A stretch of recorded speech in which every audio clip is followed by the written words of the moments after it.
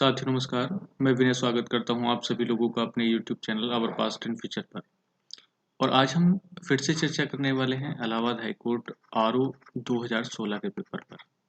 और ये होगा इंग्लिश सेक्शन। तो साथियों आप अभी तक समझ गए होंगे, प्रीवियस ईयर के सवालों से ये काफ़ी हद तक हमें कंफर्म होता है कि एग्जैक्ट में सिलेबस क्या है। और अगर हम लोग सिलेबस को कम्प्लीटली समझ पाए और सवाल कहाँ कहाँ से आते हैं ये बात हम समझ पाए, तो शायद हमारे लिए बहुत ज़्यादा आसानी होती है सवालों को कंप्लीट करने की और पूरा सेक्शन कंप्लीट करने की। तो आज आप लोग 2016 का पेपर और देख लीजिएगा और कल मैं एक पूरी रणनीति के साथ आप लोगों के सामने उपस्थित होऊंगा फिर दोबारा से। तो आप लोग हमारे साथ बने रहिएगा बिल्कुल। चलिएगा, तो यहाँ पर आप लोग देखेंगे कि जो आपके पास सवाल है ये शुरू होते हैं 126 से। 126 से लेकर के 171 तक ये सवाल रहेंगे। और अभी मैं आप लोगों के साथ सिर्फ और सिर्फ पैटर्न कंफर्म करने की कोशिश कर रहा हूँ और पैटर्न बताने की कोशिश कर रहा हूँ।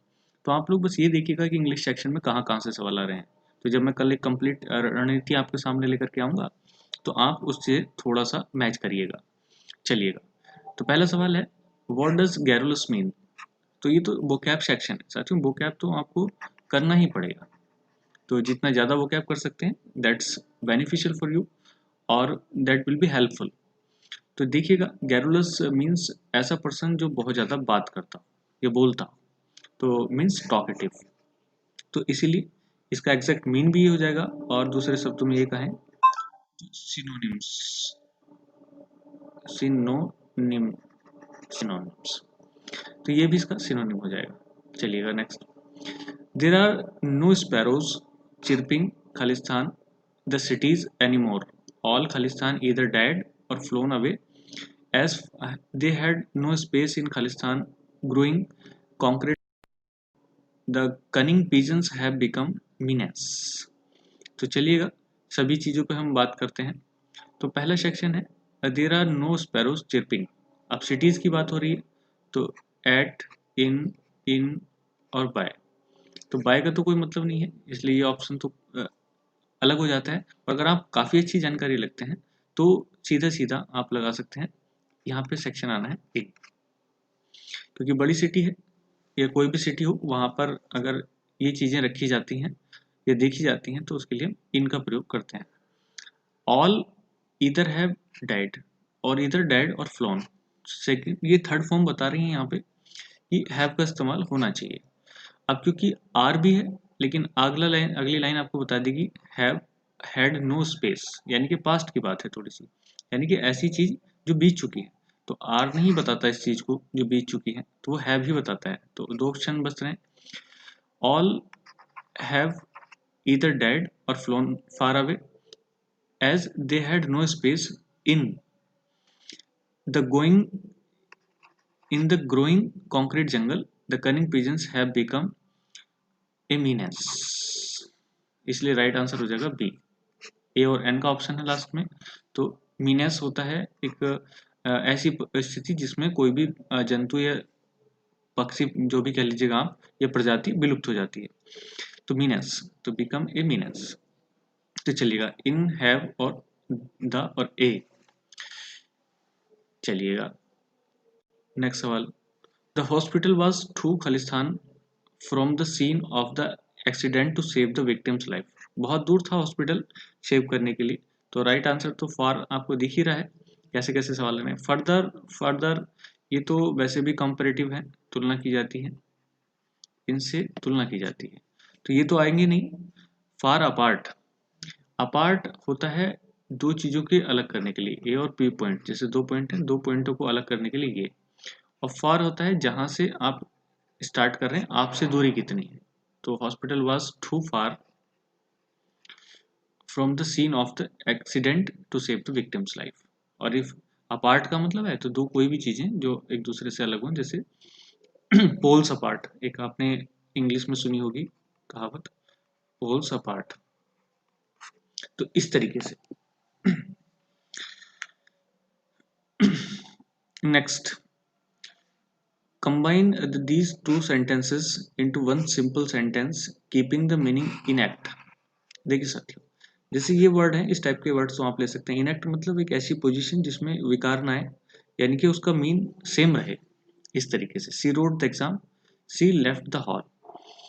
तो पहला है she left the hall after writing the exam, हो सकता है she was writing the exam. देखो कहाँ बना रहे हैं, ये आईएनजी के फॉर्म के साथ, जबकि ये सेंस बदल रहा है, नो हो सकता है। She wrote the exam on leaving the hall, hall छोड़ने के बाद ऐसा किया उसने, नहीं। She was leaving the hall when she wrote the exam, देखो कोई चक्कर नहीं, सीधा सीधा राइट आंसर है first. She left the hall and she wrote the exam. She left the hall after writing the exam, तो एग्जाम लिखने के बाद उसने हॉल से बाहर निकली या हॉल को छोड़ा। चलिएगा, तो सीधे सीधे आप देख सकते हैं। Next, use the correct smile, correct simile, sorry. Her grandmother did not hear the noise, she was as deep as. साथियों, अब जहाँ आप नॉर्मल पॉजिटिव डिग्री पढ़ते हैं, तो पॉजिटिव डिग्री में आप पढ़ेंगे एज और एज के साथ। तो दो सेम काइंड की प्रॉपर्टी रखने वाले जीवों के साथ या चीज़ों के साथ तुलना कर दी जाती है, तो एज होता है। तो as deep as a post, तो ये एक काफ़ी प्रचलित पॉजिटिव सेंस है। तो इसमें क्या होता है कि ऐसा व्यक्ति जो बिल्कुल, यूँ कह लीजिएगा बिल्कुल निपट बहरा, जिसको कुछ बिल्कुल ही सुनाई नहीं देती हो, तो ये आपको याद करने पड़ेंगे। तो एज वाले जैसे कंपेरेटिव और पॉजिटिव ये दिख रहे हैं आपको, ये सेक्शन काफ़ी इंपॉर्टेंट हो जाता है यहाँ पर, तो ये चीज़ आप लोग देख लें। अच्छा, देखो अगर आप बात करें तो vocab तो मेरा क्या किसी भी व्यक्ति का इतना स्ट्रॉन्ग नहीं है, क्योंकि हम लोग खाली इंग्लिश ही नहीं पढ़ते हैं। तो जब भी हमें vocab की बात आती है तो थोड़ी बहुत टाइटनेस आई फील टू, मैं भी फील करता हूँ और वो भी व्यक्ति फील करते हैं जो इसको नहीं करते हैं इंग्लिश को रेगुलर। तो इसलिए आप ज़्यादा ध्यान ना दें। अगर कोई वर्ड जो मेरी भी याद नहीं है तो आप लोग उसको खुद से चेक कर लीजिएगा, हालांकि प्रैक्टिस हम बाद में करेंगे। ए नेशनल हॉलीडे टुमारो, तो आप देखेंगे इट्स कोई सेंस नहीं, शुरुआत या तो इट इज से होगा, कि जब अपोस्ट्रोफी एस लगाते हैं तो इसका मतलब इज भी होता है। देयर इज, ये और विल बी, तो साथियों इससे तो सेंटेंस और पहले वाले से तो स्टार्ट होगा नहीं। इट इज है और देयर इज है, तो देयर प्लेस के लिए शो होता है, और बाकी इट किसी भी चीज के लिए आप शुरुआत कर सकते हैं। तो देखो यहाँ पे प्लेस की बात नहीं है, तो इसलिए इट इज या इट इज या it's a national holiday tomorrow. इसको कह सकते हैं आप there was a king, there was a, या देयर इज ए, इस तरीके से शुरू कर सकते हैं। नेक्स्ट आइएगा, choose the correct passive form. तो इसमें close the door and put out the lights, तो you close the door and put out the lights, ऐसे तो बनता ही नहीं है, लेट से बनता है, ये तो आपको जानकारी होगी। तो लेट से बनता है तो दूसरा या तीसरा, चौथा नहीं हो सकता। Let the door be closed end put out the lights, इस पे विचार करें।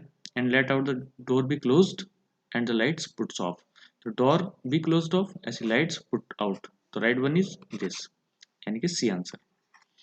तो आप देखेंगे कि इसमें पुट आउट पहले लिख दिया गया है सिंपल टेंस के तरीके से, ऐसे नहीं होता। जैसे इसमें डोर बी क्लोज्ड, ऐसे इधर lights. 133, life has been hectic, I joined the army. तो even after, when, thereafter, ये सब होता ही है, लेकिन जब हिस्ट्री में कोई विशेष पॉइंट आप सोचें, हिस्ट्री में कोई स्पेशल पॉइंट जहाँ से कोई काम आपने स्टार्ट किया है, या जहाँ से कोई चीज़ स्टार्ट होती है खत्म होती है, तो हम उसके लिए लगाते हैं सिंस का प्रयोग। और सिंस की एक खास बात होती है, सिंस जब आता है तो उसके बाद आप लगाते हैं सेकेंड फॉर्म, ये आपको ध्यान रखना है। तो सेकेंड फॉर्म अगर आप लगाएंगे तो ये तो कंप्लीट बैठ रहा है, और life has been hectic, life hectic हो गई है, मतलब बहुत ज़्यादा बिजी, बिजी के लिए इस्तेमाल होता है। एवर सिंस, कब से, एवर सिंस जब से आई ज्वाइंड द आर्मी, जब से आर्मी ज्वाइन की है लाइफ हेक्टिक हो गई। द बंचेस ऑफ कीज, जो बंच है मतलब गुच्छा कह लीजिएगा चाबियों का, found hanging from A nail on the wall, दीवार पे कील लगी हुई है उसमें ये मिला। तो साथियों आपको पता है कि बंच है, एक ही है, तो आर नहीं, वर नहीं, हैव नहीं, राइट आंसर इज वाज, तो यहाँ वाज आ जाएगा। Next, an elaborate hairdo is called as. तो सच में एक टाइप का ये हेयर स्टाइल है, हेयर स्टाइल। तो ऐसा व्यक्ति जो बहुत मतलब हेयर स्टाइल पे ध्यान रखता है, इस प्रकार का जो हेयर स्टाइल होता है वो कोइफ्यूर, ये शब्द इस्तेमाल हो रहा है। साथियों, अब आप खुद अंदाजा लगा सकते हैं कि एक कोई सामान्य व्यक्ति इतनी चीजों को तो याद नहीं रख सकता, इतने वर्ड्स को याद नहीं रख सकता, लेकिन फिर भी एक वन वर्ड में आपको करना ही है। प्रीवियस ईयर की चीजों को देखते हुए आपको ध्यान रखना है कि सवाल थोड़े से टेढ़े भी पूछे जाते हैं, और सारे सवाल करने के लिए नहीं होते हैं। ऐसे नहीं है कि 50 सवाल हैं तो 50 के 50 सवाल आप बिल्कुल सही हो जाएं। तो ये खाली फ्लूक होता है, तुक्का हो सकता है कि आपका पूरा पूरा सही बैठ जाए, लेकिन इस टाइप के कठिन सवाल भी आपको देखने को मिलेंगे। नेक्स्ट देखें, defendant was made to take oath लिखा हुआ है, तो आप वैसे भी अंदाजा लगा सकते हैं an oath on the Bible, क्योंकि बाइबल एक बड़ा प्रचलित ग्रंथ है। And we speak only the truth, truth है और नथिंग बट द ट्रूथ। तो ये तो आप भर सकते हैं, ट्रुथ से पहले टी लगाते ही हैं, और टेल से पहले लाए, टेले लाए। तो आप देख सकते हैं कि लास्ट में 3 टी हैं, 3 टी तीन टी 3 टी। पहला वाला नहीं हो सकता, उससे पहले है एन, तो एन ये लगा हुआ है, ये खत्म हो गया। इस तरीके से राइट आंसर है सी। तो यहाँ क्या हो जाएगा, द डिफेंडेंट। तो ये किसी निश्चित व्यक्ति की बात हो रही है, और इंग्लिश में या किसी भी यूं कह लीजिएगा लैंग्वेज में हम सारी चीज़ों को भाव के अनुसार समझते हैं। तो एसेंस जो निकल करके आता है उसी के हिसाब से। The parents of the girl did not Khalistan to her, ceded, precede, accede, desist. तो यहाँ पर 4 शब्द आपके पास है। तो पेरेंट्स के लड़की के उन्होंने नहीं किया accede to the request, accede to her request. तो रिक्वेस्ट को एक्सीड करना मतलब स्वीकार कर लेना, वो नहीं किया डिड नॉट के साथ। हालांकि डेसिस्ट भी कर सकते थे, लेकिन नॉट ऑलरेडी इसमें होता है तो ये नहीं हो सकता, ये राइट होता है। सिसीड होता है किसी भी संस्था से या ऑर्गेनाइजेशन से बाहर आना, निकलना। प्रीसीड होता है किसी भी चीज का सबसे आगे, प्रीसीडिंग मतलब सबसे आगे खड़ा हुआ व्यक्ति। Next, join the two sentences using the correct relative pronoun. I write with a black fountain pen. It belonged to my grandfather. चलिएगा पहला देखते हैं। एक ही सेंटेंस में होना है, my black fountain pen belonged to my grandfather. Incomplete, क्योंकि sentence पूरी तरीके से जुड़ ही नहीं रहा है, कंप्लीट नहीं हो रहा है। I write with a fountain pen that belonged to my grandfather and is black. कर सकते हैं, लेकिन ये आप देखेंगे सिंपल नहीं बन रहा। इसे सिंपल टेंस नहीं बोलते अगर ये एंड से जोड़ते हैं तो इसलिए ये नहीं हो सकता। I ride with a black fountain pen that belong to my grandfather, this one में भी I ride with a black fountain pen belonging to my grandfather. अब इसमें आपको देखना है बिलोंगिंग और बिलोंग्ड, तो सेंटेंस के अनुसार आप देख सकते हैं the second form is used, that's why the right answer is C. चलिएगा पीछे चलते हैं। 139, a mix of decayed wood, leaves और मैन्योर, जो मल है, लीव्स हैं, पत्तियां हैं और खाद हैं, उन सबको मिलाने के बाद क्या बचता है आपके पास, ये क्या बनता है? कंपोज, कंपोज करना तो बनाना होता है, गाना भी कंपोज होता है। कंपोज्ड सेकंड फॉर्म हो गई। कंपोजिट, ये मिक्सचर है, किसी भी चीज का मिक्सचर हो सकता है ये कंपोजिट। और कंपोस्ट होता है, कंपोस्ट खाद भी बनाते हैं आप, आपको पता है, फर्टिलाइजर। तो ये उन्हीं से बनता है जो एनिमल होते हैं, ये डिकेड वुड होते हैं, लीव्स होते हैं, मैन्योर होते हैं। तो इस तरीके से ये आप देख सकते हैं composite. Replace the word in italics with one similar in meaning to it. और ये जो भी आप देख रहे हैं सेम वर्ड बताना है, लेकिन एक तो इसमें इटैलिक वर्ड कुछ नहीं लिखा हुआ है, आप देख सकते हैं पूरे सेंटेंस में। तो साथियों उस समय 2016 में ये जो चीज़ें थी इसमें, वैसे तो आप देख सकते हैं कि ये आंसर होगा, लेकिन फिर भी ये कैंसिल कर दिया गया था सवाल। ना तो ये पता चल पा रहा था कि इसमें इटैलिक क्या है और पूछ क्या रहा है, इस वजह से। तो आप लोग भी ध्यान ना दें ज़्यादा। He goodbye to his friend before leaving, तो बिड होता है, bid goodbye, bye bye कहना, लेकिन इसकी तीनों फॉर्म्स सेम होती है। प्रेजेंट, पास्ट और फ्यूचर वाली फॉर्म्स बिड ही होती है, दैट्स वाई ही बिड, और right answer is C. What does phrase knew no bounds mean? Bound होती है बाउंड्री जिससे बनता है, आप देखेंगे उसका कोई सीमा ही नहीं है। तो आप देखेंगे बाज बाउंडेड, इसकी भी सीमा है, बाज लिमिटेड सीमा है, बाज बाउंड टू ये भी सीमा है, बाज limitless, the right answer is B. आप समझ जाएंगे। The boy was taken by his father to a monastery in the active voice, this sentence would be. ये पैसिव है, तो पैसिव को आपको एक्टिव बनाना है। The father took the boy to a monastery, तो वैसे तो सीधा सीधा ये दिख रहा है, लेकिन फिर भी ए फादर एंड बॉय, देखो यहाँ पे गलत। ए मोनेस्ट्री वाज विजिटेड, ये भी पैसिव ही है, ऐसे भी बना सकते हैं क्योंकि डबल तरीके से पैसिव बनाया जा सकता है। The boy went to a monastery with his father, ये सिंपल टेंस है, ये नहीं हो सकता। Right answer is A. Find the synonym for the word in italic. यहाँ भी देखो साथियों ये कितना गलत लिखा हुआ है, इटैलिक यहाँ पे लिखा हुआ है जबकि ये शब्द है बोल्ड। तो बोल्ड लिखा हुआ है, इटैलिक नहीं है। इटैलिक होता है जो टेढ़ा लिखा होता है थोड़ा सा, उसको इटैलिक बोलते हैं।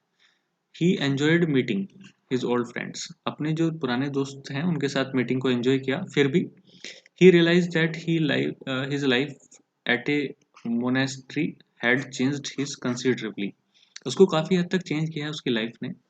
तो आप समझ सकते हैं कि कंट्रेरी चीज़ तो यहाँ पे नहीं है, मतलब दोस्तों के साथ है, लेकिन फिर भी ऐसी कंडीशन में भी आप देख सकते हैं वो खुश नहीं है व्यक्ति, उसकी लाइफ काफ़ी प्रभावित हुई है। मोनेस्ट्री वो होती है जहाँ पे मॉन्क्स रहते हैं, या लोग रहते तो हैं ग्रुप में, लेकिन उनका समाज से कोई मतलब नहीं होता। ऑल दो कोई कंडीशन नहीं है यहाँ पे, नो कंडीशन, तो इसलिए कंडीशन नहीं है। इवन दो, ये भी कंडीशन नहीं है क्योंकि इस सवाल में कोई कंडीशन नहीं है, फिर नॉर्मली कंडीशन बता रहा है। कंट्रेरिली, कंट्रेरिली यहाँ पे हो सकता था, लेकिन क्योंकि इससे ज़्यादा सुटेबल अर्थ रखने वाला एक सेंस है यहाँ पे नॉनदलेस, तो नॉनदलेस हाउएवर का ही सेंस रखता है, मतलब जो भी कुछ हो नॉर्मली कंडीशन पे, तो हाउएवर इज इक्वल नॉनदलेस, तो इस वजह से right answer is C. Which word means opposite of adamant? यहाँ आप देख सकते हैं एडमेंट मतलब होता है ऐसा व्यक्ति दैट इज कन्फर्म्ड, कन्फर्म्ड मतलब किसी भी चीज को लेकर के बिल्कुल कंफर्म है और वो बदल नहीं सकता। तो इनफ्लेक्सिबल ये तो सिनोनिम हो गया, आप देखेंगे अपोजिट बताने तो ये नहीं हो सकता। फर्म ये भी नहीं हो सकता क्योंकि हमें तो उल्टा चाहिए। एमनेबल, अमेंडमेंट आपने सुना होगा, अमेंड, अमेंड का मतलब होता है चेंज, जो आसानी से चेंज हो जाए, एबल लगा दिया इसमें, तो अमेंडेबल मतलब जो आसानी से चेंज हो जाए, तो यही राइट आंसर बनता है। और इररिसोल्यूट होता है तो ये कंफ्यूज्ड होता है।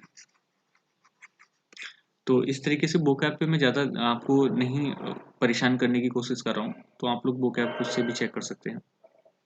और ये साथियों पैसेज हैं, पैसेज तो आपको एक पढ़ना ही पड़ेगा, पैसेज आप लोग देखते जाएं। ये 148, 49 और 150 पे आते हैं। चलिएगा 150। Which among the words below not synonym of hankering? Hankering, hankering का मतलब होता है एक बहुत ज़्यादा लालसा या बहुत ज़्यादा यर्निंग, मतलब किसी के प्रति इसे प्राप्त करने की जो चाह होती है उसे हैंकरिंग बोलते हैं। तो आप देखेंगे इसमें एक शब्द आया ओपिनिंग, ओपाइन से बना है, जिसमें आप ओपिनियन, आप समझते हैं ओपिनियन राय देना होता है, तो अपनी किसी भी बात को जो दिमाग में आती है उसको व्यक्त करना ओपाइन होता है, और इससे बनता होता है ओपिनियन। तो पाइनिंग, वैसे पाइन फोर होता है, पाइन फोर समथिंग, तरसना किसी के लिए, ऐसी क्रेविंग होता है, ऐसी अर्निंग होता है, तो ये सारे सिनोनिम है हैंकरिंग के। चलिएगा नेक्स्ट सवाल।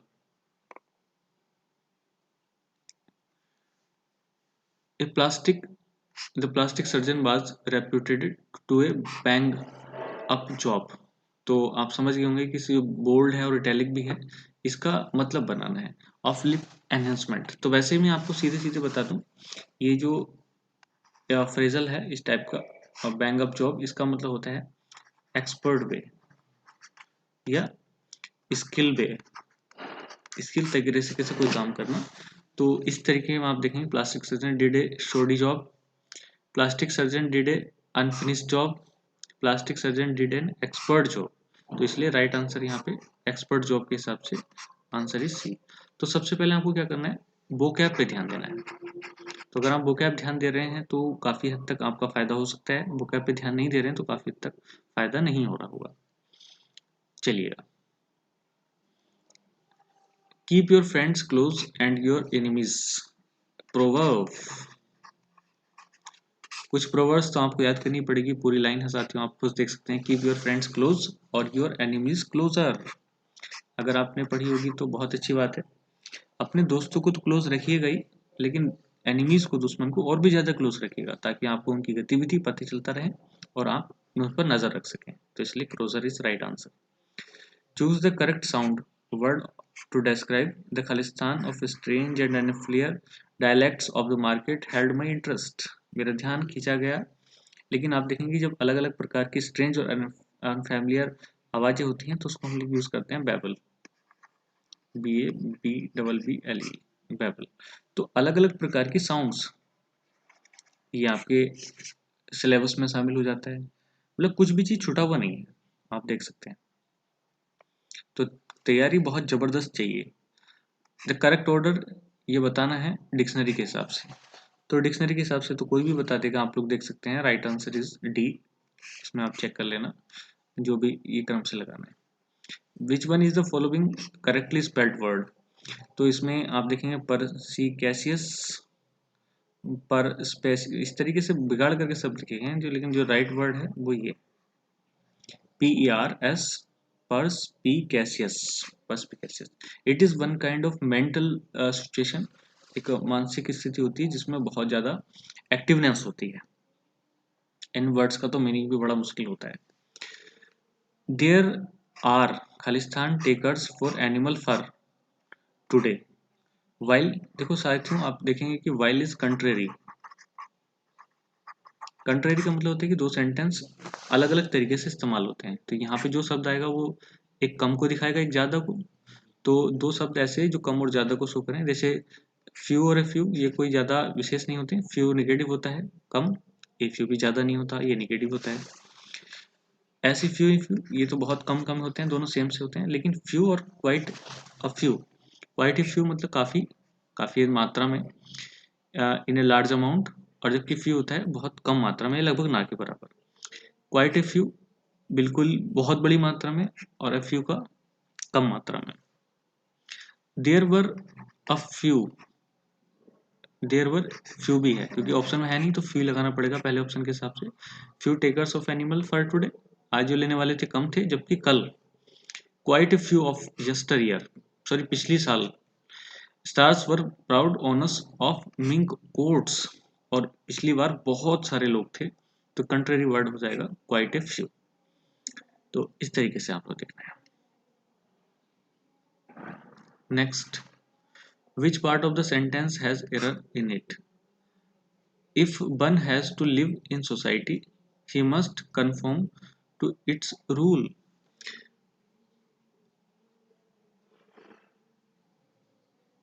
अब एक, if one has to live in society, he must conform to its rule। चलिएगा एक काम करिएगा, आज 157 आपके लिए होमवर्क रहता है। देना तो मुझे बाद में था, लेकिन फिर भी मैं 157 सवाल आपके लिए होमवर्क दे रहा हूं, आप लोग इसको चेक करिएगा। complete the notice with the right word, use cell phone is within premises।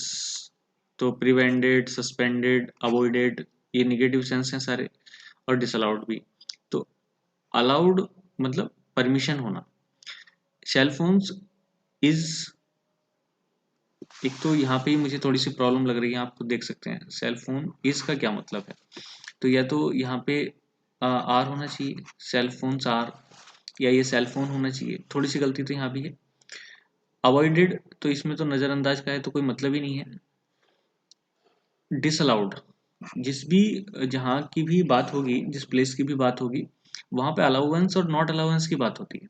तो यहाँ पे disallowed, cell phones are disallowed within the premises.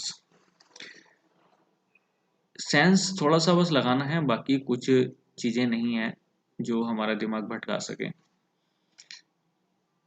Teacher was vexed, vexed का मीन्स होता है परेशान करना, at the student for their unruly behaviour. तो चिंता, कंफ्यूज और हॉरिफाइड और एक एंग्री। तो आपको समझते हैं परेशान की बात आती है तो द टीचर वाज वेक्स्ड यानी कि एंग्री, यानी कि परेशान था उससे, ये चीज़ें। ये बताना है आपको, there are more cyclists than pedestrians, cycle वाले ज़्यादा हैं, पेडेस्ट्रियन कम हैं, लेस हैं, on the street of Amsterdam. इसमें बताना है कि choose the sentence which mean the same as the above sentence. पहला, pedestrian outnumber cyclist, pedestrian ज़्यादा है तो ये तो यहीं पे गलत हो जाता है। Cyclist are not as many number, ये भी साइकिलिस्ट को कम कर रहा है, ये भी नहीं होगा। Walking is not as common as cycling, ये ज़्यादा बता रहा है, सही है, on the street of Amsterdam. Cycling is not as common, ये गलत, ये कम बता रहा है साइकिलिंग को, तो इसलिए ये राइट आंसर हो जाएगा सी। पढ़ करके आप लगा सकते हैं। Suicide is not a solution to life's problem, तो इसमें आपको बताना है क्वेश्चन टैग। क्वेश्चन टैग में आप देखेंगे कि इज लगा हुआ है, नॉट लगा हुआ है, तो यहाँ पे आना है पॉजिटिव, इज इट, और आगे पूछ लिया जाएगा क्वेश्चन मार्क लगा करके, क्या सुसाइड, सुसाइड लाइफ के लिए एक अच्छी समाधान नहीं है, क्या है कि नहीं है, इस तरीके से जब बाद में पूछते हैं तो ये क्वेश्चन टैग होता है। चलिएगा और देखते हैं। 162 सवाल क्रम में लगाना है। A option, consider malls living in the cities people a one step place to be, ये सवाल है।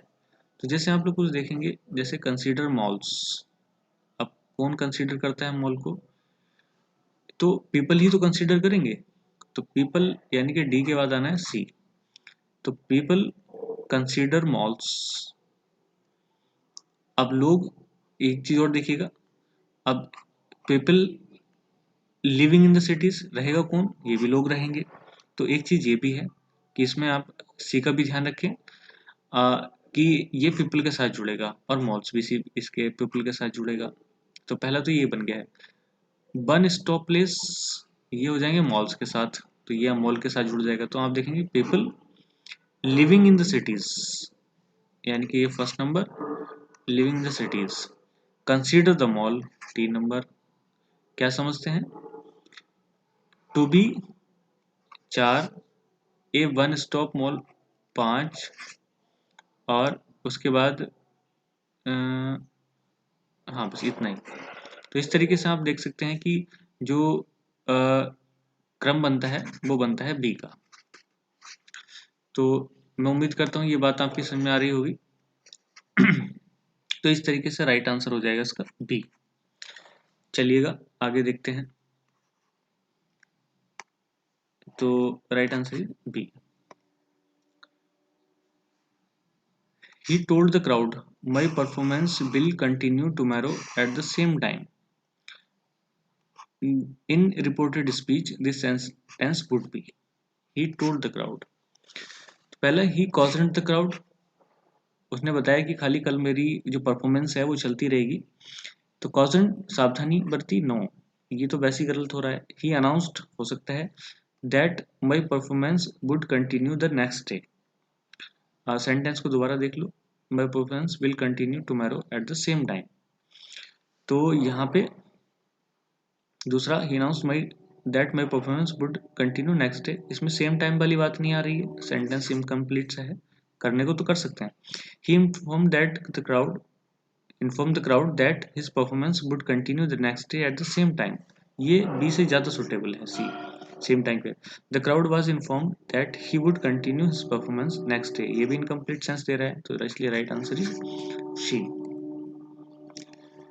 डिड यू एवर या अगर आपने पढ़ा होगा अनुभव पूछने के लिए आप सामान्य तौर से हैव यू एवर का इस्तेमाल करते हैं। और जिस भी चीज का अनुभव, एवर जो वर्ड है ये एक्सपीरियंस पूछने के लिए किया जाता है।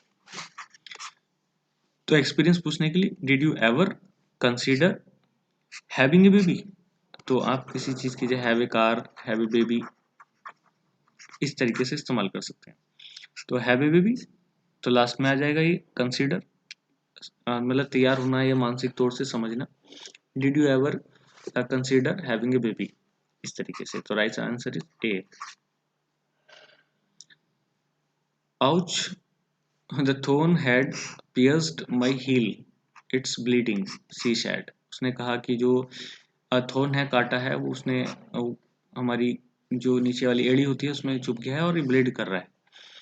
सी एक्सक्लेम्ड, आप देखिएगा एक्सक्लेम कर रहा है, एक्सक्लेम तो करिएगा ही नहीं, एक्सक्लेम तो आश्चर्य वाली बात थोड़ी ना है। She shouted that her heel was bleeding and the thorn had pierced it. तो इसमें क्या करना है, आपको चेंज करना है। She shouted that her heel was bleeding, तो यहाँ पे देखिए गलत, क्योंकि ब्लीडिंग आईएनजी के साथ सेंटेंस ही चेंज कर रहे हैं। She anguished that her heel was bleeding, इसको देखिएगा, and after the thorn pierced it, तो इस तरीके से नहीं। She cried out saying the thorn had pierced her heel and it was bleeding, तो ये ब्लीड कर रहा है, इसलिए राइट आंसर इज डी। तो आप समझ गए होंगे, पहले मैं एक्सक्लेम की वजह से, दूसरा में हर हील वाज ब्लीडिंग, एंड ये काम पहले हुआ है कौन सा, वो पहले लिखना है। तो पहले पियर्स्ड किया है, उसके बाद ब्लीडिंग हुई है, इस वजह से एंगस that heel was bleeding and after. तो ये तो बात सही है, लेकिन एक प्रॉपर वे में जो सवाल आपको करना है वो एंग्विस्ट, यहाँ पे देखिएगा थोड़ा सा ट्विस्ट है, तो इसलिए आंसर डी जाता है। A seagulls flew over the ship screeching raucously raucously. तो आप देखेंगे कि ऐसे ऐसे सेंटेंस, ऐसे ऐसे प्रॉब्लम जो आपको दिक्कत दे सकते हैं, तो ज़्यादा चक्कर में पड़ने की जरूरत नहीं। वैसे फ्लॉक, फ्लॉक मतलब एक झुंड होता है जो एक साथ चलता है। तो इस टाइप की जो पक्षी हैं, सेंटेंस से पता चल रहा है कि कुछ विशेष प्रकार का कुछ ऐसा होगा जो ग्रुप में ही जाएगा, तो इसलिए flock. Next,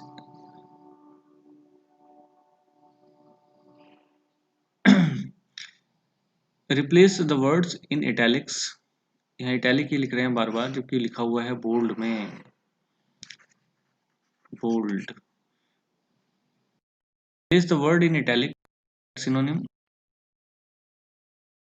He read out the passage in a dull and unimaginative way. एक ऐसे बिल्कुल खराब तरीके से पढ़ना, उसका इमेजिनेशन भी प्रॉपरली नहीं करना, ये इस तरीके का बताना। इमोशनली हो ही नहीं सकता, इंडिफरेंटली जिसमें घृणा हो नहीं हो सकता, तो कैरेक्टरिस्टिक का कोई मतलब नहीं है, तो ले दे करके बचता है प्रोसेकली। तो यही होता है जिसमें आप प्रॉपरली नहीं देखते, बस नॉर्मल पढ़ लेते हैं और ज़्यादा ध्यान नहीं देते, बिल्कुल खराब। She was the Khalistan of eyes at the party. She was a cynosure, ऐसा जिसका जब सारा, ये मतलब वन वर्ड है, जब सबका ध्यान एक ही व्यक्ति के ऊपर जाए, पार्टी का केंद्र बिंदु बन जाए, उसके लिए cynosure. The old man ate frugal dinner, ये दोनों चीज़ों के लिए, फूड के लिए भी इस्तेमाल होता है और मनी के लिए भी।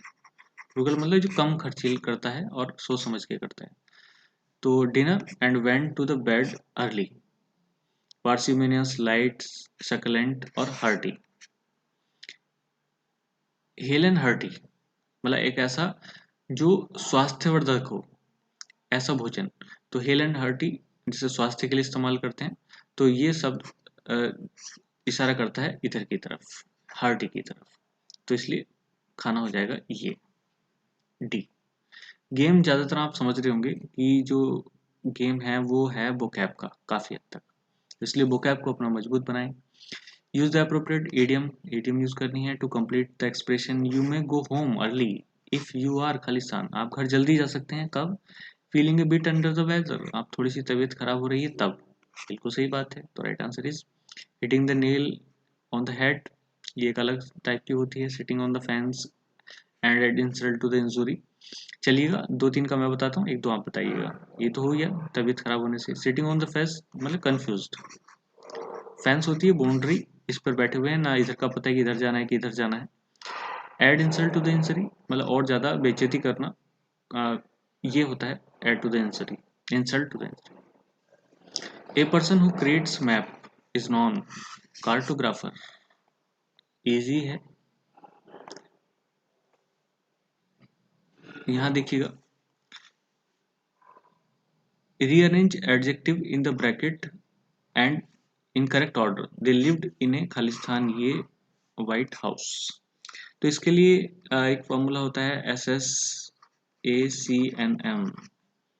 तो आप ये ध्यान रखें, S मतलब size, S shape, A age, C colour and nationality और M मटेरियल। तो अगर क्रम लगाने के लिए आ जाए तो इन चीज़ों का हमें ध्यान रखना है। देखो, स्क्रॉलिंग होती है बिग साइज, कोई भी चीज़ बड़े आकार की होती है तो क्या बोलते हैं, स्प्रॉलिंग। व्हाइट हाउस है, कलर बता रहा है, ओल्ड है, उसकी अवस्था बता रहा है। तो सबसे पहले क्या आना है, साइज। तो सबसे पहले आ जाएगा स्क्रॉलिंग। तो देखो इसमें है नहीं किसी में, बस राइट आंसर तो सी हो जाएगा, लेकिन फिर भी। उसके बाद ओल्ड है, ओल्ड क्या है, एज, तो ये ओल्ड आ जाएगा। उसके बाद आता है सी कलर, ये कलर हो जाएगा। और उसके बाद तो मटेरियल आता ही है जो भी है। तो इस तरीके से राइट आंसर सी। तो आप याद कर सकते हैं SSACNM। चलिएगा, और बाकी तो मैं बाद में प्रैक्टिस कराऊंगा ही, फिलहाल तो आप ये देखें। Ghaziabad is the Khalistan city in India. तो साथियों, फास्ट ग्रोइंग, मोर फास्ट तुलना तो हो ही नहीं रही है, मोस्ट फास्ट ये होता ही नहीं है, ऐसे फास्टेस्ट करेंगे तो फास्टेस्ट वाला ये है। तो फास्टेस्ट ग्रोइंग ऐसे इसलिए क्योंकि THE भी लगा हुआ है, तो सुपरलेटिव डिग्री इस्तेमाल होनी है। Ghaziabad is the fastest city, fastest growing city. She go for a walk, she goes. Every morning की बात है, जो काम हम डेली रूटीन में करते हैं तो उसमें सीधे अपने आप को रखने होते हैं, आई या ही शी, और सीधे एक्शन। एक्शन का मतलब है वर्ब। तो she goes, not has gone, gone is going, not. Right answer is C, तो goes. They did not band to leave Khalistan to change while deciding on the trip. They did not want to leave anything. कुछ और नहीं छोड़ना चाहते थे वो। Nothing तो already negative sense है क्योंकि नॉट पहले आ रहा है, ये नहीं हो सकता। They did not want to leave something, something नहीं होता, निगेटिव के साथ कुछ अगर चलता है कुछ के लिए तो वो निगेटिव सेंस में एनीथिंग चलता है। नथिंग में नॉट ऑलरेडी होता है, लेकिन जब आप नॉट वाले सेंटेंस के यानी कि निगेटिव सेंसेस में चलाते हैं तो आप एनीथिंग का इस्तेमाल करते हैं, जबकि समथिंग और एनीथिंग दोनों का मतलब सेम है, बट इट इज पॉजिटिव। ये पॉजिटिव सेंटेंसेस के साथ और ये निगेटिव सेंटेंसेस के साथ, तो यहाँ पे संबंध का तो कोई मतलब ही नहीं है, तो इसलिए राइट आंसर इज ये, तो एनी वन। तो मैं उम्मीद करता हूँ कि सारी बातें आपको समझ में आ गई होगी और आप अच्छे से समझ गए होंगे। तो आप क्या करिएगा, वो कैब को अपना स्ट्रॉन्ग बनाइएगा जितना ज़्यादा हो सकता है, बाकी सारी चीज़ों के साथ I will work with you. बस आज के लिए इतना ही। आप तैयार रहिएगा स्ट्रेटजी के लिए, और आज की वीडियो यहीं पर समाप्त होती है। जय हिंद।